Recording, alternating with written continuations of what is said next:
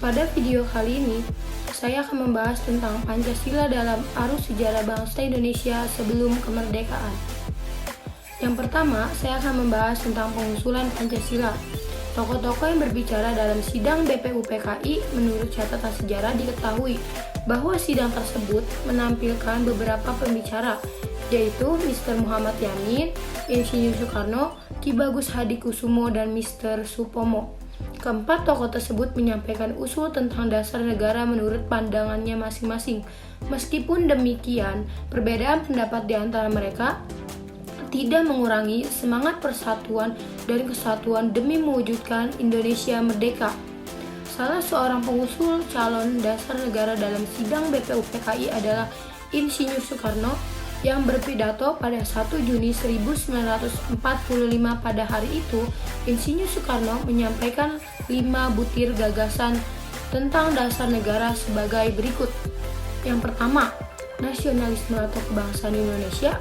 Yang kedua, internasionalisme atau perikemanusiaan. Yang ketiga, mufakat atau demokrasi. Yang keempat, kesejahteraan sosial. Dan yang kelima, ketuhanan yang berkebudayaan.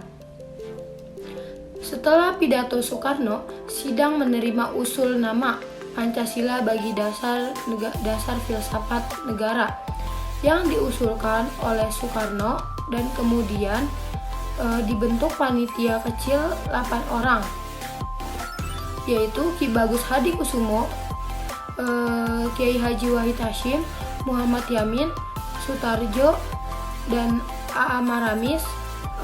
Ada juga Otto Iskandar-Dinata dan Muhammad Hatta yang bertugas menampung usul-usul seputar calon dasar negara. Kemudian sidang pertama BPUPKI ini diberhentikan untuk sementara. Yang kedua, kita akan membahas tentang perumusan Pancasila. Hal terpenting yang mengemukakan dalam sidang BPUPKI kedua pada tanggal 10 sampai 16 Juli 1945 adalah disetujuinya naskah awal pembukaan hukum dasar yang kemudian dikenal dengan nama Piagam Jakarta. Piagam Jakarta itu merupakan naskah awal pernyataan kemerdekaan Indonesia. Pada alinea keempat Piagam Jakarta itulah terdapat rumusan Pancasila sebagai berikut. Yang pertama, ketuhanan dengan kewajiban menjalankan syariat Islam bagi pemeluk-pemeluknya. Yang kedua, kemanusiaan yang adil dan beradab. Yang ketiga, persatuan Indonesia. Yang keempat, kerakyatan yang dipimpin oleh hikmat kebijaksanaan dalam permusyawaratan perwakilan.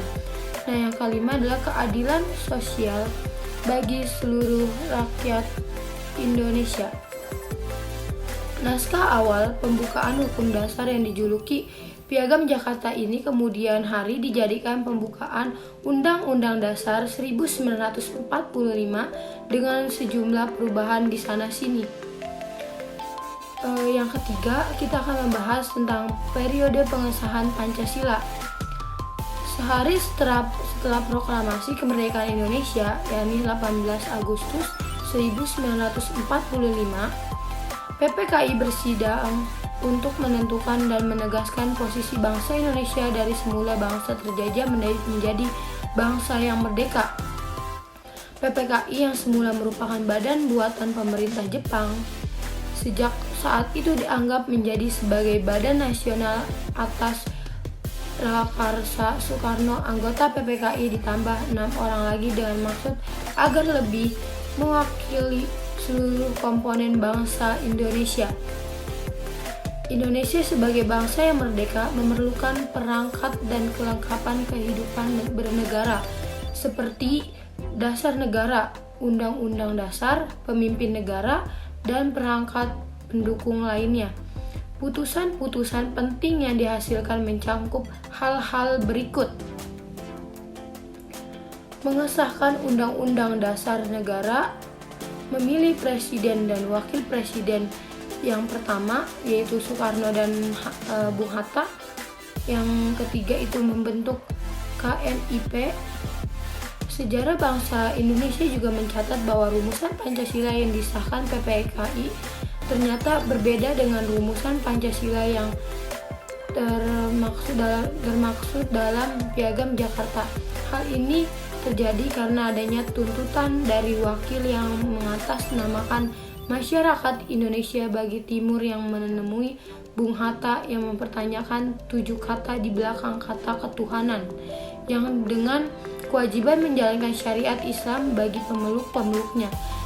Tuntutan ini dianggap secara arif oleh para pendiri negara sehingga terjadi perubahan yang disepakati,